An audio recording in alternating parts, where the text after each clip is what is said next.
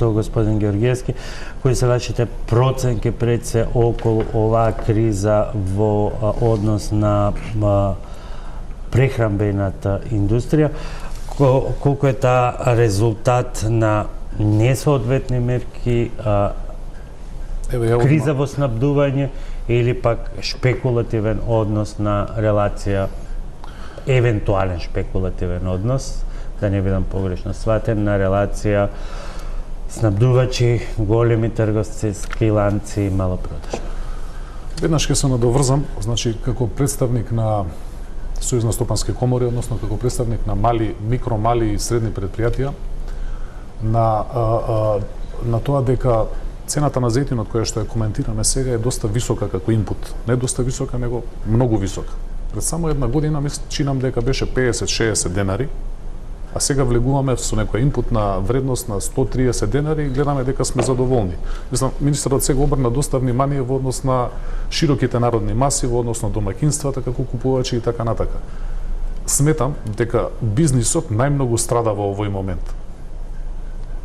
Маслото за јадење како една суровина каде што секаде учествува практично во сите производи, тука и брашното, конкретно ако збориме за прехранбената индустрија, тука е електричната енергија, нели, работната рака, сите овие инпутни вредности на овие, како да ги наречам, влезни суровини, влезни елементи, даваат исклучително висока аутпут цена на производ. Јас не знам каква математика ние ќе направиме, затоа што веќе фирмите, буквално употребивте вие преска, нели, еден израз, дишат на шкрги.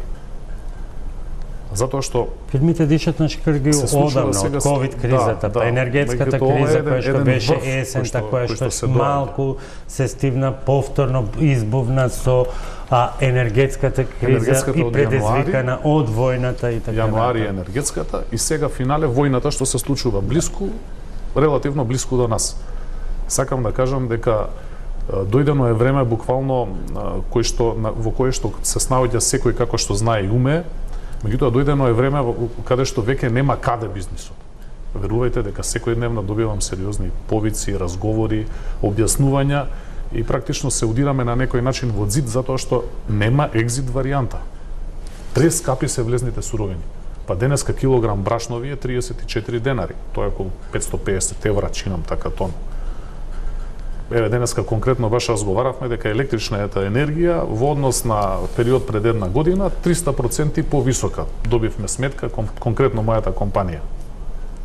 Ако вие трошите, например, 10.000 евра струја на ниво на поголема средна фирма, сега 30.000 евра струја. Општо говорам и за сите, тоа се вистина неверојатни тешки удари.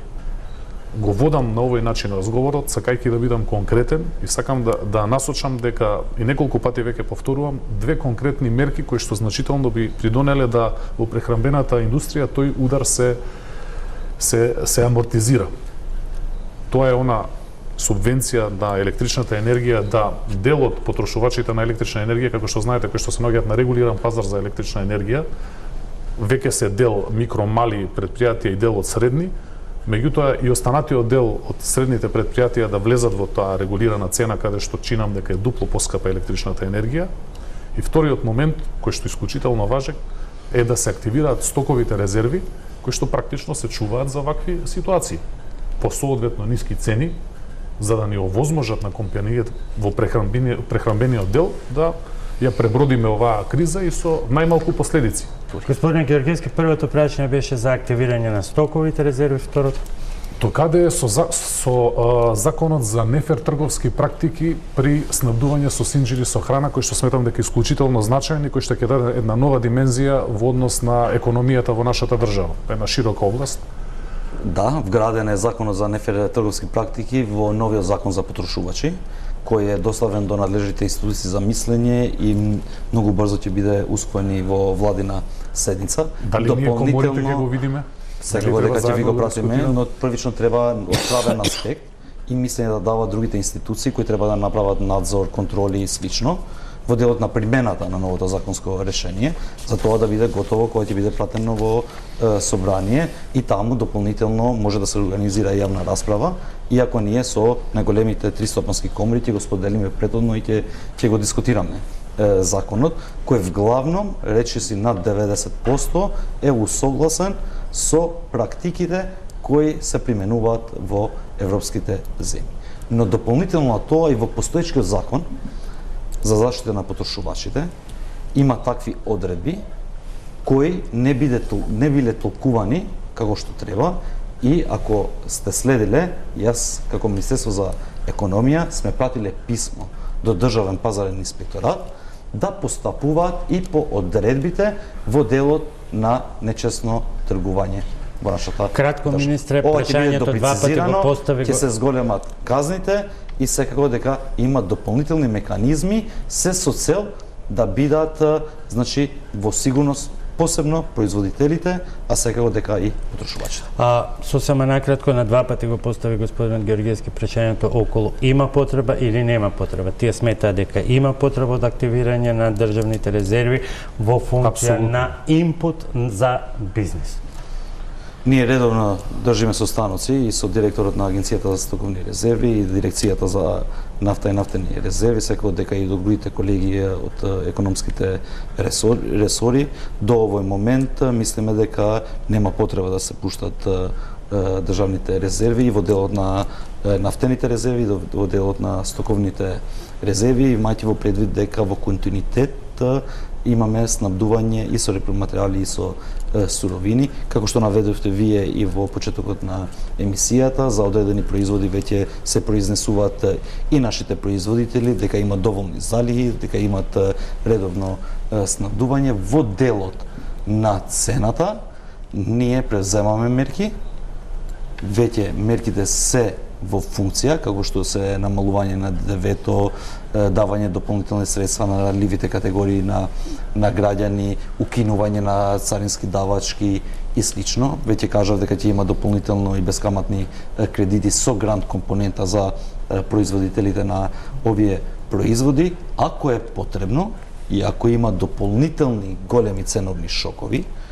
во делот на импутите кои влијаат во формирање на финалната цена, ние сме подготвени да седнеме и да донесеме дополнителни мерки се со цел да го енергијата е да го облажиме. Веднаш, велите дека стоковите резерви, нели, сметате дека нема потреба сега да се активираат. А аргументите кои се затоа што имало на пазарот? Ние не велиме дека нема на пазарот. Ние велиме дека ни требаат по соодветни ниски цени како импут во производството да ја преживееме оваа криза. Говорам за мали, микро, средни предпријатија, производни компании. Бидејќи знаете дека финансиските извештаи кажуваат на крај колкава е мала профитабилноста на компаниите. Сами го коментиравме тоа. Секако дека да, затоа ние ги признаваме оперативните трошоци. Тоа има, ама не се високи се цените. И менувавме одлугата во делот на замрзнување на цените. Ако е потребно, дополнителни мерки ќе донесеме за да се облажи ценовниот шок во случај ако имаме уште поголемо зголемување на одредени суровини од постоечки. Кои се тие граници, кои се тие аргументи? Првично вие како производител сега и сега ги вкалкулирате, значи импут трошоците. Да. И утре со други набавки ќе ги вкалкулирате импут трошоците и ќе имате друга одредена цена. Ние за да го облажиме притисокот на зголемување на цени, посебно во делот на зголемување на суровините, донесеме соодветни мерки, 26. Јас не сметам дека се квалитетни многу мерки тие. Па, ваше барање беше во ова студио сме биле за намалување на ДДВ-то од 5% на 0%. Не се посветени, фокусирани кон бизнисот, тоа ми беше. Сега ќе биде фокусирана на бизнисот, директно кон бизнисот во делот на бескаматните кредити со грант компонента каде со сите производители ќе има простор и да се влијае во нивната ликвидност, а секако да се влијае и на формирање на подобри цени со користење на грант компонентата која ја дава Развојна банка преку Министерството за финансии. Влегуваме во завршница, многу прашања остануваат, веројатно ќе треба овој формат да го повториме, но фокусирано тематски на конкретни теми. Господине Георгиевски, ако можам да заклучам од она што го ретиковте, сиот сет мерки го сметате за социјално таргетиран, но не и бизнис ориентиран, односно за потек на економијата во 40 на секунди кои се конкретно вашите барања? Конкретно нашите барања неколку пати ги истакнувам и ги елаборирам. Односно, повторно ќе кажам дека реално сметам дека е сега вистинскиот тајминг и моментум за активирање на државните стокови резерви со соодветно ниски цени, кои што како инпут ќе влезат во самите производни циклуси и ќе им се помогне со самото тоа многу на производните компании. Намерно го сублимирав тоа едно прашање, а второто ми беше повторно за енергијата, велам, затоа што не ќе да се разводнува целата работа, односно сметам дека конкретно треба да бидат тие две точки фокусирани, конкретно насочени кон бизнисот, и со самото тоа не би навлагал нели во X 10-15 точки каде што ќе се изгуби суштината. Јас би сакал суштински да се помогне. Овие две точки сметам дека суштински ќе го помогнат бизнисот.